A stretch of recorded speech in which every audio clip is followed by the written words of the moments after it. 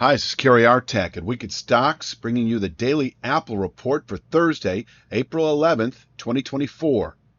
Before I start today's Apple analysis, I just want to take a quick moment to let you know that this will be the last week of daily Apple analysis on our Wicked Stocks YouTube channel. Starting next week, Monday, Apple will be replaced by daily Nvidia analysis. But rest assured, those who regularly watch our Apple analysis on YouTube will still be able to receive timely Apple stock analysis on our wickedstocks.com platform, where a subscription to wickedstocks.com will provide weekly analysis in Apple, providing you the same directional signals based on the same precise trend-defining support and resistance levels you've grown accustomed to over the last 2 years of Apple analysis. Once again, starting Monday of next week, the Wicked Stocks YouTube channel will provide both Tesla and Nvidia analysis, with the Apple analysis segueing over to wickedstocks.com. Let's take a look at the charts. I'm going to start with this image here. We are in the middle of it. We have been at our lowest price point since that high that was put out. When was that? Was that a December high? I think that was the December high. So following that December all-time high, we are at the lowest point.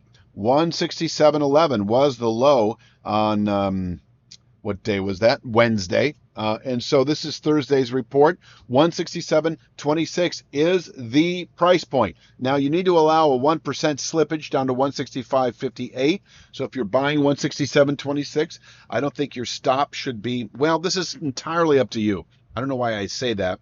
I don't like to involve myself in your trade execution risk management approach. I think it's a very personal thing. I think it should be well thought out and it should be followed with discipline. But you may have one that you've been using now for some time, and I don't want to disrupt that. But what I will say that at least in terms of a stop loss on a technical basis, I don't see a good reason to stop out of a long position if acquired at 167.26 until we break 165.58, which is the 1% threshold below that. So with terms of long-term line studies, and this is certainly one of those, you need to allow a little breathing room. I like to use the analogy of the rubber band. The rubber band stretches below 167.26, but it doesn't really snap, if you will, unless we violate 165.58. And so if we close tomorrow, the week itself, at 165.58 or lower, that sets off a 3 to 5 month sell signal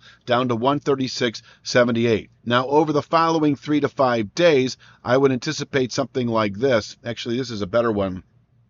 By the end of next week, let's say we close today at 165.58, Thursday, middle of the week, we could within 3 to 5 days fall to 161.71 to 163.12. Although I think the likely outcome, if we were to test 161.71 to 163.12, it would be a settlement tomorrow, Friday, at 165.58 or lower. And then next week, we would expect this 61.71 to 63.12 region, where yes, we could bottom out on a weekly basis and even turn back up to 167.26 within a week or so of doing so. So this will still offer really solid day trade, 3 to 5 day swing trade possibilities, and even a 1 to 2 week swing trade possibility. And you can continue following this on our weekly Apple that begins on Sunday through next week, and we'll be doing that permanently. So if you're interested in this Apple analysis on a continuum, I would suggest subscribing to wickedstocks.com if you haven't already. Let's take a look at the upside today.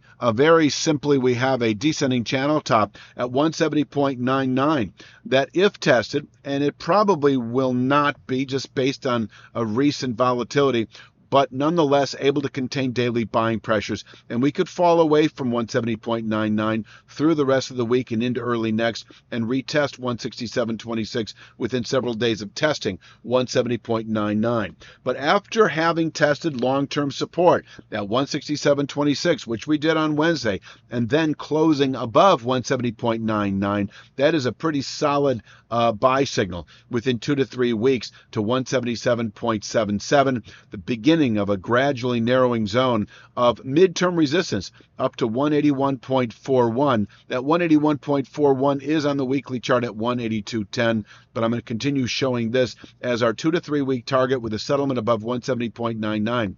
I do think if you bought 167.26 on Wednesday, you can consider this 181.41 formation a 1 to 2 month target anyway. I think that is true. And I will also say once again that if you bought 167.26 on Wednesday, you can consider the low 200 area a 3 to 5 month target above 167.26. And, the market sort of gets underway to the upside if we can close above 170.99. So if you've done nothing and you're wanting to go long Apple and you're reluctant to buy weakness at 167.26, I do think a settlement above 170.99 is your green light to go long to 177.77 to 181.44 within 2 to 3 weeks, where we could top out actually by that point in time through May and fall back again into the 167.26 region. Now, downside once again, I do think if it does get a little crowded here. So, we've got the 1% at 165.58, and then, just below that, we've got, bear with me, I'm looking for the chart. We've got the 163.12 formation, and then 161.71. So we've got all these little levels on the way down. I don't want to confuse the topic.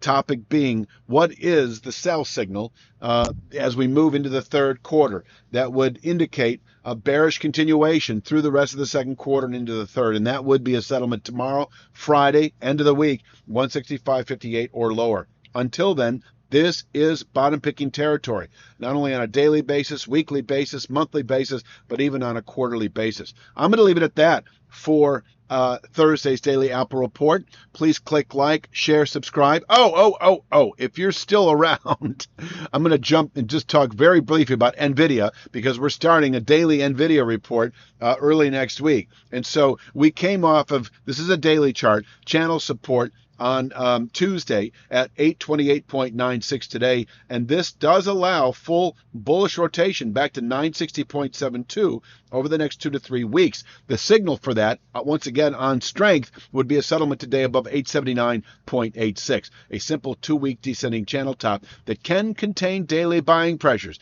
and once tested, we can quite easily fall back within a day or two to 828.96. Closing above 879.86, I think we've got a good April low. Within a week or two, we should rally up to 960.72, where we can top out on a weekly basis, and if settled above, would be a meaningful buy signal into May activity. I'm going to leave it all at that now for Thursday's Apple Report. I'll be back tomorrow, of course, with Friday's, the very last daily Apple Report, but we do start next week on a week-by-week basis with Apple analysis, and we'll be providing all this critical price points that you've been probably appreciating for the last couple of years. All right, I'm going to leave it at that. You have a great evening, and I will talk to you tomorrow with Friday's Apple Report.